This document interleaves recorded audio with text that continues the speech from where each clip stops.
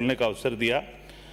सभापति महोदय, सबसे पहले तो मैं माननीय मुख्यमंत्री जी का आभार व्यक्त करूंगा जिन्होंने कोविड के इस शानदार प्रबंधन को अच्छी तरह से प्रबंधन किया और पहली वेव में कोई भूखा नहीं सोए के नारे के साथ पूरे राजस्थान को लीड किया। माननीय मुख्यमंत्री जी ने तब हम सभी एमएलएज को एमएलए लेड से सभी जगह पे फूड ग्रेन्स की सामग्री सप्लाई करने के लिए प्रेरित किया। उसके बाद सेकेंड वेव में भी माननीय मुख्यमंत्री जी ने अच्छे तरीके से स्टेट को लीड किया कैप्टन के तौर पे और ऑक्सीजन सिलेंडर्स और सभी दवाइयों की टाइमली सप्लाई करके राजस्थान की जनता की सेवा की और हमारे सभी एमएलए लेड से वेंटिलेटर्स, ऑक्सीजन सिलेंडर्स और मेडिकल इक्विपमेंट सप्लाई हुए। माननीय सभापति महोदय, मैं सेंट्रल गवर्नमेंट के और स्टेट गवर्नमेंट के बजट एक्सपेंसेस के बारे में एक्सपेंडिचर के बारे में बोलना चाहूँगा कि स्टेट गवर्नमेंट ने 2018-19 में जहाँ 12,800 रुपये का करोड़ रुपए का हमारा बजट था उसको बढ़ा करके अभी इस साल के बजटरी एस्टिमेट में 20,000 करोड़ रुपए तक लेकर के आए हैं। माननीय मुख्यमंत्री जी इसके लिए धन्यवाद के पात्र हैं। केंद्र सरकार ने भी निश्चित तौर पे हेल्थ में अच्छी प्रोग्रेस करी है, परंतु जिस तरीके से हमारे को जीडीपी का 3% के करीब हमारा हेल्थ एक्सपेंसेस होना चाहिए था, जो हमारी नेशनल हेल्थ पॉलिसी का हिस्सा है, उसकी जगह आज की तारीख में 0.35% जीडीपी का पार्ट बना हुआ है। हमारा बजट का जो जीडीपी का जो हिस्सा है हेल्थ का वो बहुत कम है। इसको बढ़ाने की बहुत ज़्यादा ज़रूरत है क्योंकि प्राइमरी हेल्थ केयर और इनिशियल हेल्थ केयर को हमको सुधारना बहुत ज़्यादा ज़रूरी है। माननीय सभापति महोदय, इस बजट में माननीय मुख्यमंत्री जी ने बहुत महत्वपूर्ण घोषणाएं करी।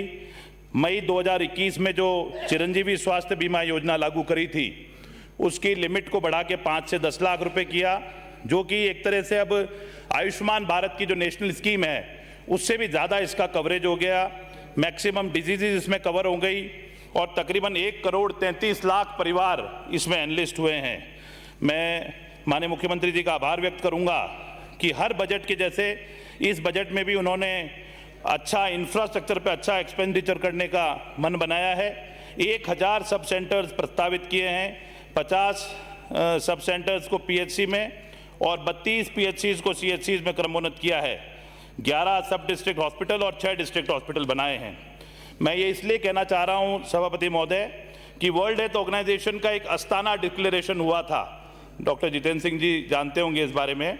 इसमें 2018 में एक कमिटमेंट किया था सारी कंट्रीज ने मिलकर के, a commitment to the fundamental right to enjoyment of highest attainable standard of health without distinction. It identifies disparity in access to health between rich and poor to access health care. मतलब गरीब और अमीर के बीच में health care के difference को कम करने का डिक्लेरेशन है।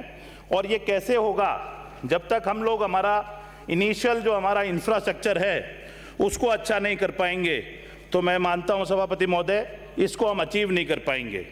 इसीलिए हर सरकार की जिम्मेदारी बनती है कि अपने पीएचसी, सब सेंटर और सीएचसीज को हम स्ट्रेंथन करें।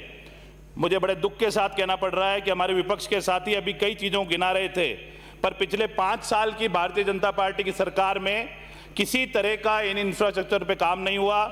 इस 3 साल के अंदर इस बजट को आप साइड में रख दीजिए एक बार, तो कांग्रेस की सरकार में 202 नए सब सेंटर्स बने हैं, 194 पीएचसीज की हुई है, सीएचसीज भी 136 हुए हैं और एक्स्ट्रा बेड भी 5,000 हुए हैं।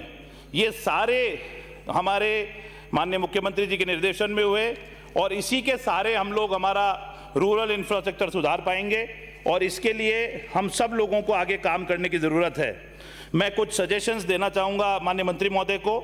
हम सब लोगों ने एम्बुलेंसेस खरीद के दी हैं और सब जगह की एम्बुलेंस को ऑपरेशन को लेकर के बहुत इशू आता है, तो मैं चाहूँगा कि सारा सदन इसमें सहमति व्यक्त करे कि हम लोगों का जो एमएलए लेड है वो हम लोग आरएमआरएस को देख करके इन एम्बुलेंस के ऑपरेशन को अच्छी तरह से कर पाएँ तो लोगों के लिए एक रियल हेल्प होगी, वरना वो एक तरह से एक एम्बुलेंस खरीदी हुई भी है और हमारे लिए काम भी नहीं आ रही है।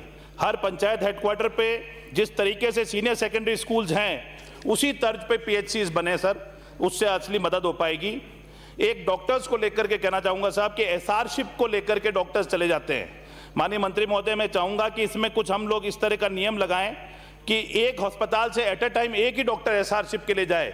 होता यह है कि कभी एक अस्पताल से 5-5 डॉक्टर्स एसआरशिप के लिए चले जाते हैं, तो पूरा एक तरह से अस्पताल खाली होता है, पोस्ट भी भर जाती है और दूसरे को हम लगा भी नहीं पाते हैं। तो इसमें थोड़ा सा कहीं ना कहीं हो, और वो जब एसआरशिप करके आएँ तो अगर मेडिकल कॉलेजेस में पोस्ट नहीं होते हैं तो कम से कम उन अस्पतालों में उनकी सेवाओं का लाभ मिले। रूरल एरियाज़ में डॉक्टर्स के लिए मंत्री महोदय बहुत कम लोग आना चाहते हैं रूरल एरियाज़ में डॉक्टर्स, तो मैं चाहूँगा कि उनको एक्स्ट्रा इंसेंटिव, चाहे फाइनेंशियल हो चाहे प्रमोशनल हो, वो मिले, जिससे कि रूरल एरियाज़ में डॉक्टर्स की सेवाओं को हमको लाभ मिल सके। हमारे विधानसभा क्षेत्र भीम के लिए मैं चाहूँगा कि ये बहुत लंबा 150 किलोमीटर लंबा एरिया है। एमसीएच विंग कहीं नहीं है, हमको ठेठ राजसमंद के लिए डिपेंड होना पड़ता है इसके लिए। तो 50 बेड की एक मदर चाइल्ड यूनिट यहाँ खोली जाए, और ये अस्पताल जो कि 100 बेडेड है इसको सब डिस्ट्रिक्ट हॉस्पिटल के तौर पे करा जाए। 1 मिनट में समाप्त कर दें। हमारी एक 7 पंचायत क्षेत्र और है, जिसमें कि हमारी 7 पंचायतें हैं और वो ब्यावर से नज़दीक है परंतु हमारे हेडक्वार्टर से दूर हैं। उन शेखावास और आसपास के इलाके के लिए एक डायरेक्ट सीएचसी दी जाए। सर, आपके दौसा जिले में 20-21 के बजट में एक सीएचसी दी गई थी, जो माननीय बांदीकुई से आने वाले सदस्य के यहाँ दी गई थी, तो उसी तर्ज पे ये मेरे लिए बहुत ज़रूरी है। फौजियों का इलाका है, कृपया इसको देने का कष्ट करें। देवगढ़ का जो मॉडल सीएचसी है उसके अंदर 25 बेड एक्स्ट्रा देने का कष्ट करें। राजसमंद में नर्सिंग कॉलेज को जल्द से जल्द खुलाएं ताकि हम लोगों को इसके अंदर नर्सिंग कॉलेज का लाभ मिल सके। आपने बोलने का अवसर दिया, उसके लिए बहुत बहुत धन्यवाद। जय हिंद। श्री अविनाश गहलोत।